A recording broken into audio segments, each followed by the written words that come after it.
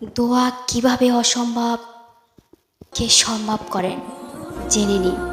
তিনি নিজের মুখে বলেছেন। পাকিস্তানের একজন ডক্টর শাহিদ, তিনি নতুন করে ক্যান্সারের উপর গবেষণা করেছে। এটি পত্রিকায় ছাপাও হয়েছে এবং এই গবেষণার জন্য তাকে পুরস্কৃত করা হবে। তার জন্য তাকে অন্য দেশে যেতে হবে, এক দেশ থেকে আরেকটা দেশে যেতে হবে। তার জন্য তিনি বিমানের টিকিটও কাটলেন।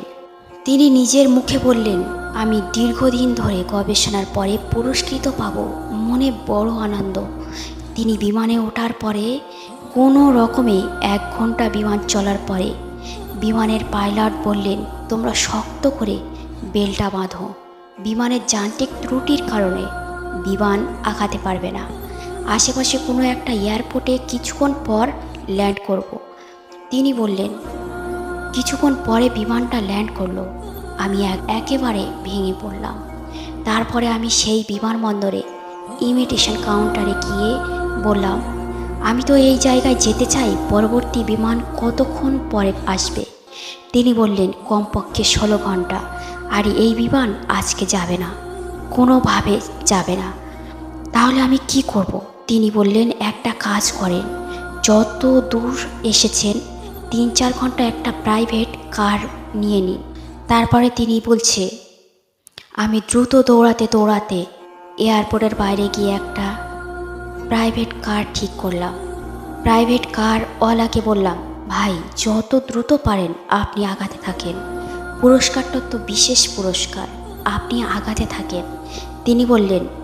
কিছুক্ষণ যাওয়ার পরে বিশাল তুফান শুরু হলো। তিনি বললেন, ভাই আপনি আগান। ড্রাইভার ভাই বললেন, আর সামনে যাওয়া যাচ্ছে না, দেখতে পাচ্ছেন তো সামনে বিশাল গাছপালা ভেঙে পড়ে আছে, রাস্তাঘাট। আস্তে আস্তে তুফান বাড়তে লাগলো। তারপর নিরাশ হয়ে আমি নিজেই ড্রাইভারকে বললাম যে জীবন বাঁচানো দরকার, পুরস্কার দিয়ে কি হবে? থাক, পুরস্কারের দরকার নেই।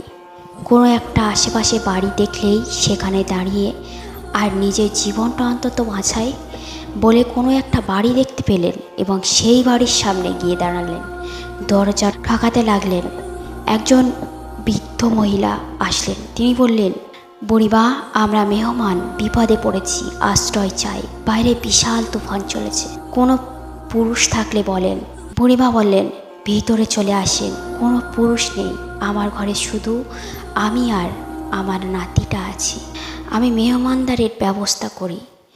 বলছে পুরুষ নেই তো কোথায় গিয়েছে? বুড়িমা বললেন, কি বলবো, দুঃখের কথা, অনেক আগে আমার স্বামী মারা গিয়েছে, আর কিছুদিন আগে এক অ্যাক্সিডেন্টে আমার ছেলে আর তার বৌমা মারা গিয়েছে, দুনিয়া থেকে বিদায় নিয়েছে, শুধু আমি আর আমার নাতিটা আছি। বললেন, বসেন, আমি আপনাদের মেহমানদারের ব্যবস্থা করি। ডক্টর সাহেবকে কিছু খাবার দিলেন এবং তিনি নামাজে দাঁড়ালেন। নামাজ শেষে তার নাতি হাউমাউ করে চিৎকার করে কাঁদতে লাগলেন। যেহেতু প্রথমে আস্তে আস্তে কাঁদছিলেন তার নাতি, তারপরে চিৎকার করে উঠলেন। তিনি বললেন, কি করছেন বুড়িমা? আপনার নাতি এই রকম করছে কেন? আপনার নাতিটাকে নিয়ে আসেন, কি হয়েছে তার? বুড়িমা তাকে কোলে করে নিয়ে আসলেন। বললেন, তার শরীরটা পুরো নীল হয়ে আছে, ওর কি হয়েছে? বুড়িমা বললেন, কি বলবো, দুঃখের কথা, আমার স্বামী তো অনেক আগে দুনিয়া থেকে বিদায় নিয়েছেন, তারপর আমার ছেলে আর বৌমা অ্যাক্সিডেন্ট করলেন, আমার কাছে আমার এই নাতিটাকে রেখে গিয়েছিলেন, তাই ও প্রাণে বেঁচে আছে। এখন এই ছেলেটার ক্যান্সার হয়েছে, যার চিকিৎসা আমাদের দেশে কেউ করতে পারেনি। ডক্টর শাহিদ বলছেন, আপনি ডক্টর দেখিয়েছিলেন? তিনি বললেন, হ্যাঁ, এরা একটু নতুন ধরনের ক্যান্সার, এলাকায় যাকে দেখায় সেই বলে আমাদের দ্বারা এটা সম্ভব নয়। ডক্টর পরামর্শ দিয়েছেন, পাকিস্তানে একজন ডক্টর আছে, তিনি এই নতুন রোগের, নতুন ক্যান্সারের উপর নাকি গবেষণা করেছে, তার কাছে গেলে নাকি ভালো হবে। ডক্টর শাহিদ বললেন, তার কি নাম বলেছে?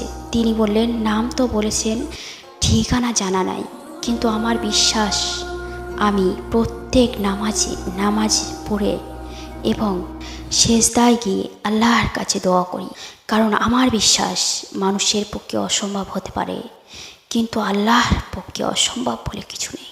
আল্লাহু আকবার। কারণ আমি প্রতিদিন আল্লাহর কাছে দোয়া করি, মালিক আমি তো কিছু চিনি না, সেই ডক্টর হসপিটাল কিছু জানা নেই, আমার পক্ষে চেনা সম্ভব নয়, তার কোনো ঠিকানাও কারো জানা নেই, তিনি নাকি পাকিস্তানের ডক্টর। বুড়িমাকে বললেন, তো সেই ডক্টরের নাম কি? তিনি বললেন, ডক্টর শাহিদ, এই ক্যান্সারের উপর গবেষণা করেছেন। ডক্টর শাহিদ বলছেন, বুড়িমা আপনি কসম করে সত্যি কথা বলেন তো, ডক্টর শাহিদের কথা আপনাকে বলেছে? বুড়িমা বললেন, আমি মিথ্যা কথা কেন বলবো, আপনি আমার মেহমান, আপনাকে আমি মিথ্যা কেন বলবো, আমি সত্যি বলছি। ডক্টর শাহিদ বললেন, আমি বড় অবাক হয়েছি, তাই আপনাকে কসম করতে বলেছি। আল্লাহ যে বান্দার দোয়া কিভাবে কবুল করে, আল্লাহ যে মানুষের দোয়া কিভাবে কবুল করেন, আমি এখন বুঝতে পেরেছি কিভাবে আমার বিমান নষ্ট হয়েছে, আমি এখন বুঝতে পেরেছি কিভাবে রাস্তায় তুফান হয়েছে, আমি এখন বুঝতে পেরেছি লক্ষ লক্ষ বাড়ি থাকতে কিভাবে আপনার বাড়িতে এসেছি। বুড়িমা আপনার দোয়া কবুল করে আমাকে টেনে টেনে এনেছেন, চিকিৎসার জন্য আপনাকে যেতে হবে না, টেনে টেনে আল্লাহ আমাকে আপনার বাড়িতে এনেছেন, আমি ডক্টর শাহিদ আপনার বাড়িতে উপস্থিত আছি। আল্লাহু আকবার। আল্লাহ বলেন, বান্দা শোনো, আমরা অনেক সময় দোয়া করতে গিয়ে অলসতা পেশ করি অথবা ইয়াকিন থাকে না, আমরা বলি আল্লাহর কাছে তাহাজ্জুদে চেয়েছি, শেষ রাতে চেয়েছি, আল্লাহর কাছে কান্না করেছি, আমার দোয়া কবুল হয় না। শোনেন, আল্লাহ বলেন, বান্দা মাঝে মাঝে তুমি চাও আমি দেই না, এই যে আমি দেই না, এমনও তো হতে পারে আমি না দেওয়ার মাঝেও তোমার কল্যাণ আছে। আল্লাহু আকবার। মিলে নিও, আল্লাহ মহান।